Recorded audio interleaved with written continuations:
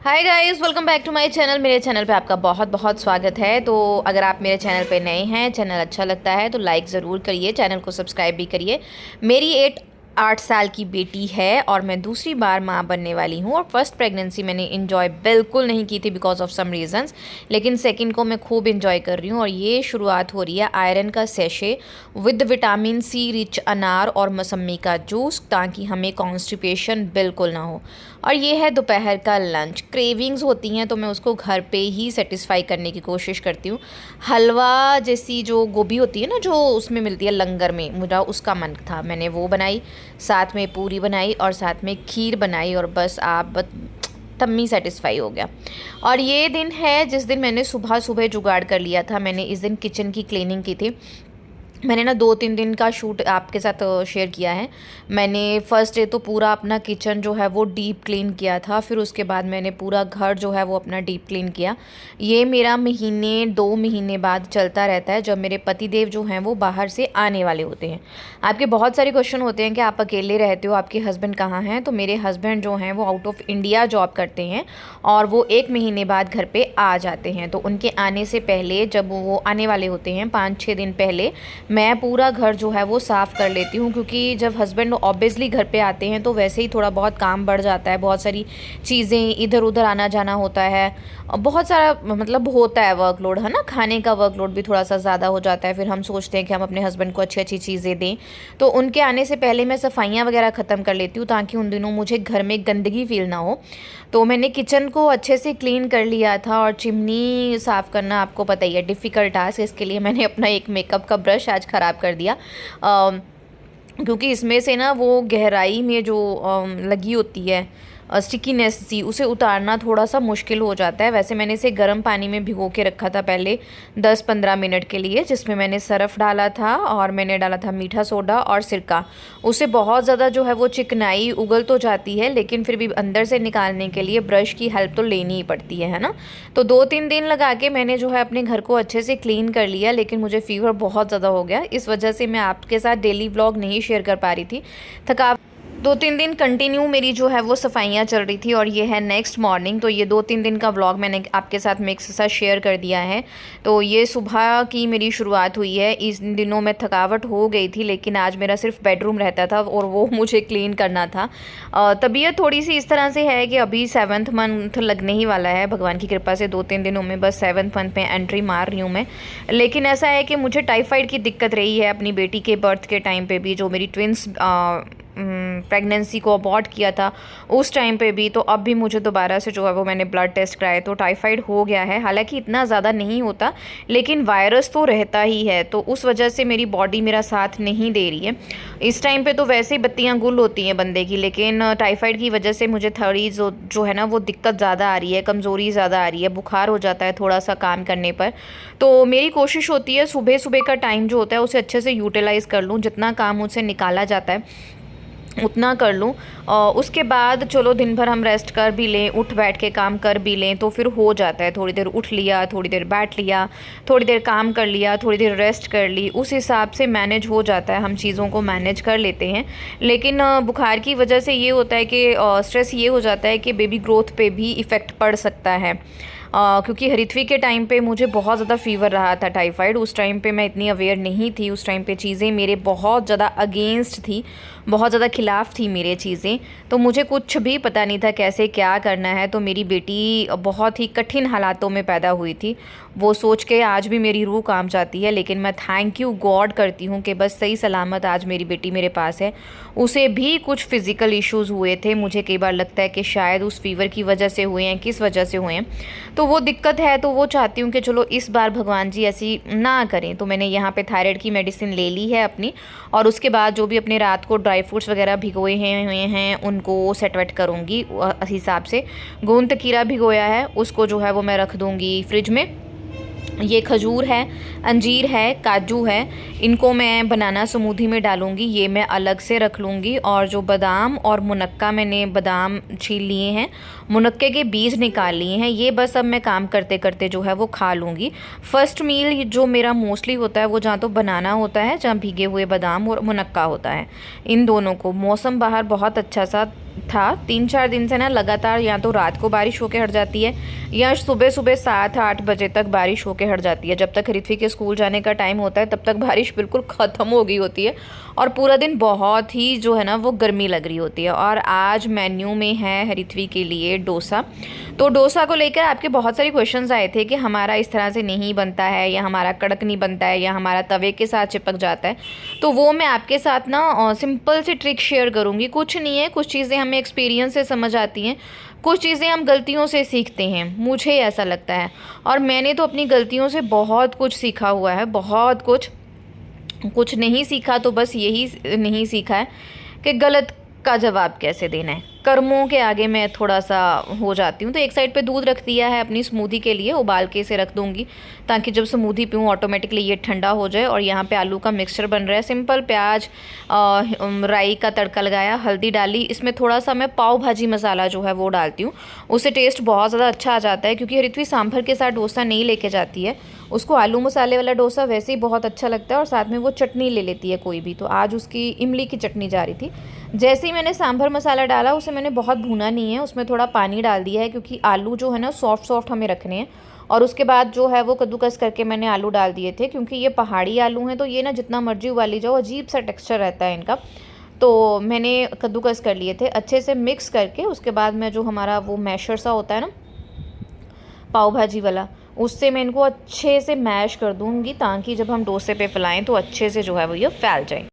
2-4 minute हम इनको अच्छे से पकाएंगे। दूध वगैरह मेरा उबल गया है, अब बस आलू भी बन गए हैं। एक साइड पे मैं अपने लिए चाय रख लूँगी और एक साइड पे फटाफट ऋत्विक के लिए डोसास बना दूँगी। उसके लिए मैं आपके साथ ट्रिक्स शेयर करती हूँ जो मैं फ़ॉलो करती हूँ। पहले हम तवे को कर लेंगे गरम अच्छे से। जब हम तवे को गरम कर लेते हैं उसके बाद हम इसे एक बार वॉश करना चाहते हैं वॉश कर लें। अगर मेरा तो साफ़ ही था तो मैंने वॉश नहीं किया। तवा गरम करने के बाद हम इसे करेंगे ग्रीस। और यहाँ पे मेरा राजा बाबू उठ के आ गया है और ये बहुत ही खुश था क्योंकि आज मैंने इसे नहीं उठाया, ये खुद से उठ के आ गई है। और ये मेरी ज़िंदगी की सबसे बड़ी खुशी या इकलौती खुशी यही है जिसकी वजह से मुझे बहुत अक्ल आई है घर संभालने की, चीज़ों को मैनेज करने की। इसके जन्म के साथ मैं समझदार बनी हूँ। मैं मतलब अपने आप को लकी समझती हूँ या समझदार समझती हूँ just because of my daughter. तो जब तक हमारा तवा गर्म हो रहा है तब तक मैंने यहाँ पे जो है वो बैटर निकाल लिया है। तो मैं एक साथ थोड़ा ज़्यादा बैटर बना लेती हूँ ताकि वीक में जो 2 ब्रेकफास्ट है इस बैटर से निकल जाएँ। जैसे मंडे को तो परफेक्टली ये डन होता है, या तो डोसा जाता है या इडली जाती है। तो मंडे के बाद जो थर्सडे आता है उस दिन भी इसी बैटर को यूज़ करके या तो अप्पे बन जाते हैं या फिर कोई भी ऐसी चीज़ बन जाती है जो उसके ब्रेकफास्ट में जाए। क्योंकि फर्मेंटेड चीज़ जो होती है बच्चों के लिए बहुत अच्छी होती है। थोड़ा सा मैंने बैटर निकाल के उसको पानी मिक्स करके जो है वो कंसिस्टेंसी जो है वो डोसा की कर ली। क्योंकि बाकियों के नाश्ते में मैं डोसा नहीं बनाने वाली हूँ, बाकियों के नाश्ते में मैं इडली बनाने वाली हूँ। उसका भी रीज़न है। तो तवा गरम हो गया, हमने इसको अच्छे से कर लिया। कच्ची घनी के सरसों का तेल मैं हमेशा यूज़ करती हूँ, उसके साथ मैंने इसको ग्रीस कर लिया। ग्रीस करने के बाद अगर आपका तवा तो गर्म है दैट्स ओके, क्योंकि मेरा तवा ठंडा हो गया था, शायद मैंने बीच में बंद कर दिया था, इसलिए मैंने उसको जो है वो अच्छे से गर्म करना है ग्रीस करने के बाद। तब तक जितने भी लगे हाथ मेरे सिंक में बर्तन हो जमा हो रहे होते हैं, मैं उन्हें जस्ट सिंपल पानी से वॉश करके बाहर निकालती रहती हूँ, मतलब उनकी गंदगी उतारती रहती हूँ, जूठन उतारती रहती हूँ। उसके बाद फिर मैं फटाफट से धो लेती हूँ। तवा गर्म हो गया, अब हम उसे करेंगे ठंडा ग्रीस करने के बाद, ठीक है।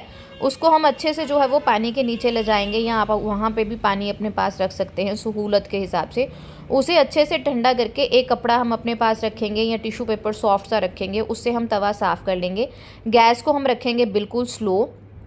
फिर हम जितना डिज़ायर्ड बैटर रखना है हमें उसे हम अच्छे से जो है वो फैला लेंगे। क्योंकि लंच बॉक्स में डोसा जाने हैं तो क्रिस्पी डोसा मैं बिल्कुल नहीं भेजूंगी, थोड़ा छोटा डोसा रखूँगी लंच बॉक्स के साइज़ के हिसाब से। और दूसरी चीज़, इसे थोड़ा सा मैं मोटा रखूँगी ताकि ये बहुत ज़्यादा क्रिस्पी ना बने, फिर वो लंच बॉक्स में चुरचुर हो जाता है तो खाने में डिफ़िकल्टी होती है, मैसी ज़्यादा हो जाता है। दैट्स वाई मैं इसको थोड़ा सा जो है वो नॉर्मल डोसा से मोटा रखूँगी। और फिर हम इसका गैस फ्लेम कर देंगे हाई। ओके, पहले हम कम रखेंगे, फिर जब हम बैटर को फैला देंगे गैस फ्लेम कर देंगे हाई। तब तक मेरे बहुत सारे छोटे छोटे काम हो जाते हैं और फिर अपने आप डोसा आइड साइड से उठने लग गया, ठीक है। अगर तो आपको घर पे खाना है तो आप इसे पतला फैलाइए, और अगर आपने भेजना है तो फिर थोड़ा मोटा फैलाइए। और जब ये उठने लग गया तो मैंने आलू मसाला जो है वो भर के लगा दिया, और मैं इसको साइडों से मैंने थोड़ा सा ग्रीस कर दिया था, क्योंकि ये लंच बॉक्स में जाएगा तो मुझे ध्यान रखना है कि ये क्रिस्पी ना हो, तो इसलिए मैंने इसको ग्रीस किया था दोबारा से। अगर आपको क्रिस्पी डोसा खाना है तो ग्रीस ना करें। बस इस तरह से थोड़ा सा इसे हम ज़्यादा पकाएंगे, इसे थोड़ा सा रोस्ट ज़्यादा करेंगे, कुरकुरा इस तरह से, क्योंकि अगर हम इस डोसा को सॉफ्ट रखेंगे ना, ज़्यादा सेक नहीं लगाएंगे, तो जो हम 2-3 डोसास पैक करेंगे वो आपस में भी चिपक सकते हैं और जहाँ फॉयल पेपर पे भी चिपक सकते हैं। नेक्स्ट डोसा बनाना है, फिर से तवा लिया, तवे को हमने बिल्कुल ठंडा कर लिया, गीला करके बिल्कुल ठंडा कर लिया है। गैस को फिर से हम कम कर देंगे। फिर हमें डिज़ायर्ड बैटर लेके, जैसा हमें डोसा बनाना है उस तरह से हम बैटर फैलाएंगे। फिर हम गैस को तेज़ कर देंगे। इसी तरह से ये प्रोसीजर चलता रहेगा। मेन प्रोसीजर है कि जब भी आपको बैटर फैलाना है उस टाइम पे आपके तवे की ऊपरली परत जो है वो बिल्कुल ठंडी होनी चाहिए। That's it. पैक करने हैं तो क्रिस्पी पैक नहीं करने हैं, इसे फिर ग्रीस करते रहना है। अदरवाइज़ अगर घर पे खाने हैं तो कोई ग्रीसिंग की ज़रूरत बार बार नहीं है। जस्ट फर्स्ट स्टेप में जो हमने किया था वो ही चाहिए, कुछ भी चिपकता नहीं है। अभी आती है हमारी लंच बॉक्स पैक करने की बारी। हमेशा की तरह रेड चटनी ऑल टाइम फेवरेट है ऋत्वी की। वैसे उसे कोकोनट चटनी भी बहुत पसंद है, लेकिन क्योंकि मेरी तबीयत ख़राब चल रही थी ना, तो पिछले दिन जो मैं प्रिपरेशन करती हूँ मुझसे कोकोनट ना तो मंगवाया गया, ना उसकी चटनी बनाने की मेरे में हिम्मत थी। मतलब इस तरह से मेरी तबीयत जो है वो हो गई है अभी। तो यहाँ पे मैं 1 बाय 1 जो है वो थोड़े से ठंडे करके डोसास पैक कर रही हूँ। मैंने 3 डोसास पैक कर दिए हैं, क्योंकि she has to share with her teacher और her friends also. That's why एक डोसा जो है वो फालतू जाता है। तो यहाँ पे ये वाला लंच बॉक्स मुझे बहुत ज़्यादा पसंद आया, इतना ज़्यादा पसंद आया है कि मैं मतलब इसे 10 में से 100 नंबर दे दूँगी। तो यहाँ पे चटनी चली गई है, बनाना चला गया है, 2-3 ओरियो चले गए हैं जो फ्रेंड्स आपस में शेयर करके जो है वो खाते हैं। तो बस यहाँ पे ये उसका नया बैग है जिसमें मैंने सारी उसकी चीज़ें पैक कर दी। उसके बाद घर वालों के लिए नाश्ता तैयार करना है। अब तक मैंने ऋत्वी को तैयार व्यार कर दिया है अच्छे से, मतलब रेडी शेडी करके उसको नाश्ता दे दिया है। तो यहाँ पे मैंने तड़का मारा है जिसमें मैंने पीनट डाल दिए थे, राई के दाने डाले हैं, कड़ी पत्ता मेरे पास था नहीं तो मैंने थोड़ा सा इसमें रेड चिली फ्लेक्स डाले हैं। इनको अच्छे से मिक्स कर दूंगी। सबके लिए मैंने डोसा इसलिए नहीं बनाया क्योंकि डोसा फिर उसी टाइम पे बनाना पड़ता है ना, तो मुझे क्लीनिंग का काम ख़त्म करना था। तो ऐसा तो है नहीं कि मैं सबका वेट करूँगी कि मम्मी कब फ्री होती हैं तब वो नाश्ता करें, डैडी कब फ्री होते हैं तब वो नाश्ता करें, फिर वो वाला आज मेरे से काम होना नहीं था। दैट्स वाई मैंने चूज़ किया सबके लिए इडली बनाना, क्योंकि इडली बना के इसे मैं कैसरोल में ढक दूँगी और जो फटाफट से बर्तन वर्तन हुए हैं उनको धो लूँगी। और जो मेरा क्लीनिंग का काम आज रहता है, आज मेरा बेडरूम पेंडिंग था। ऋत्वी के मुझे सॉफ्ट टेडी सारे धोने हैं, टेडी बियर्स जो हैं, तो बेडरूम का ही काम था। मैंने लिविंग रूम वगैरह जो है वो साफ़ कर लिए थे पिछली शाम को। तो यहाँ पे 2-4 बर्तन लगे हाथों मैंने फटाफट से वॉश कर लिए हैं, ताकि मैं आराम से अपना क्लीनिंग का काम टाइम पे ख़त्म करके जो मेरी रिक्वायर्ड रेस्ट है वो भी ले सकूँ, क्योंकि टाइफाइड में ज़्यादा रेस्ट की ज़रूरत होती है। बट घर के काम तो करने ही हैं, घर के काम किए बिना मेरा तो बिल्कुल नहीं जमता है यार। और जब आप अकेले होते हैं, अगर आप एक दिन काम ना करो ना, दूसरे दिन आपको डबल काम करना पड़ता है, इसलिए रोज़ काम करना जो है वो बेटर है। एक साइड पे मैंने दाल चढ़ा दी थी लंच के लिए, और यहाँ पे बाहर मैंने कुछ कपड़े जो हैं वो सेमी ऑटोमेटिक में डाल देने हैं, कुछ कपड़े जो हैं जैसे टेडी वेडी हैं वो मैंने ऑटोमेटिक मशीन में वॉश करने के लिए डाल देने हैं। इस तरह से प्लानिंग करके चलती रहती हूँ, कोशिश करती हूँ हर चीज़ को मैनेज कर सकूँ, लेकिन we are not super women. जितनी मर्जी हम कोशिश करें सुपर वुमेन बनने की, कहीं ना कहीं गलती हो ही जाती है, कहीं ना कहीं कोई ना कोई चूक हो ही जाती है और दूसरा उसे पकड़ के हमें 4 बातें सुना ही जाता है ना। आज मेरे साथ भी ऐसा हुआ था, फिर मैं बहुत लो हो गई थी। एक तो तबीयत की वजह से भी लो हुई थी, लेकिन चलो कोई बात नहीं, चलता है। और ये मैंने चटनी बनाई है सबके लिए, इडली के लिए, ये स्पेशल है। इसमें मैंने ड्राई फ्रूट्स डाले हैं, अंजीर भी डाला इसमें, और मैंने वो डाला खजूर भी डाला, और इसका टेस्ट, ओ माय गॉड। काम वाली आंटी पूछ रहे थे मीनू तूने कैसे बनाई है, बहुत ही टेस्टी बनी थी ये। और इडली विडली रख ली है। उसके बाद मैंने शुरू कर दिया अपना बेडरूम क्लीन करना। कुछ चीज़ें होती हैं जो जब ऋत्वी के पापा आ जाते हैं ना वो बहुत मैस करते हैं, होता है ना जेंट्स में, क्योंकि वो बाहर अकेले रहते हैं तो वहाँ पे कोई है नहीं उनको बताने वाला कि ये चीज़ें ऐसे रखो या वैसे रखो, तो घर आके भी वो बहुत मैस करते हैं। तो उनके आने से पहले पहले जो ऋत्वी का मेस है या मैंने कहीं गलती से इधर उधर रख के मेस कर दिया, उसको समेटने की कोशिश करती हूँ ताकि उनके आने पे उनका ही अकेले का मेस हो। तो फटाफट से सारी चीज़ें जो है वो साफ़ कर ली हैं। ऋत्वी के टेडी, बेडशीट एंड ऑल जो है वो मैंने ऑटोमेटिक मशीन में लगा दिए हैं, क्योंकि जब टेडी गीले हो जाते हैं ना फिर बहुत भारी हो जाते हैं, उनको निकालना सेमी ऑटोमेटिक में से is a very tough job. तो ऑटोमेटिक में डालो, अच्छे से क्लीन करो। और हमेशा की तरह यहाँ पे टीवी म्यूट पे, और ऊपर से लगा भी जी टीवी है। पता नहीं ये मेरी ही क्यों आदत है, इसे छोड़ना मैं चाहती हूँ लेकिन मैं अब बताऊँ, मैं वॉइस ओवर कर रही हूँ तब भी टीवी म्यूट पे है और जी टीवी लगा हुआ है। और सारा बेडरूम मैंने क्लीन कर लिया है, बेडशीट्स उतार ली हैं, सारे टेडी धो लिए हैं। और जब आप खुद अपने घर की सफाई करते हैं ना, तो पता नहीं क्यों, आप बताइएगा, मैं तो बार बार घर देखती रहती हूँ, पता नहीं वही पुराने वाला घर ही हर बार नया लगता है जब हम सफाई करते हैं। तो थोड़ा डिफ़िकल्ट है लेकिन बस चीज़ों को मैनेज करके चल रहे हैं।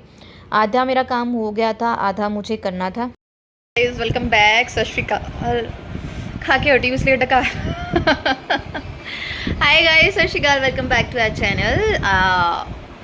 बस मज़े में भी हैं, दुख तकलीफ़ तो इस हालत में कुछ ना कुछ होता ही रहता है ना।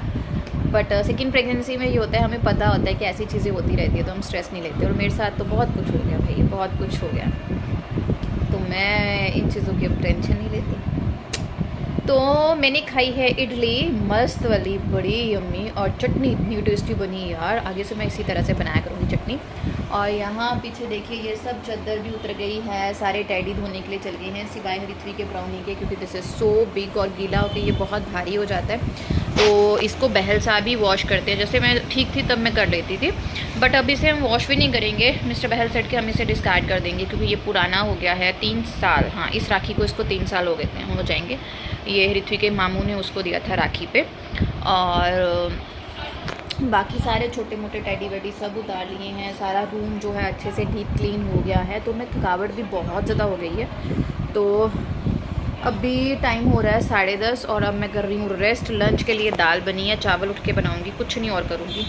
थकावट बहुत ज़्यादा हो गई है, पता है, टम्मी टाइट टाइट हो गया, इतनी थकावट हो गई है। अब मैं करने वाली हूँ रेस्ट। देखते हैं मूड बनेगा तो शॉप पे थोड़ी देर जाएंगे, नहीं तो अदरवाइज़ आज शॉप पे भी नहीं जाएंगे। और यहीं पे ब्लॉग का करती हूँ एंड बाय बाय। चैनल को सब्सक्राइब और शेयर ज़रूर करिएगा। Thank you.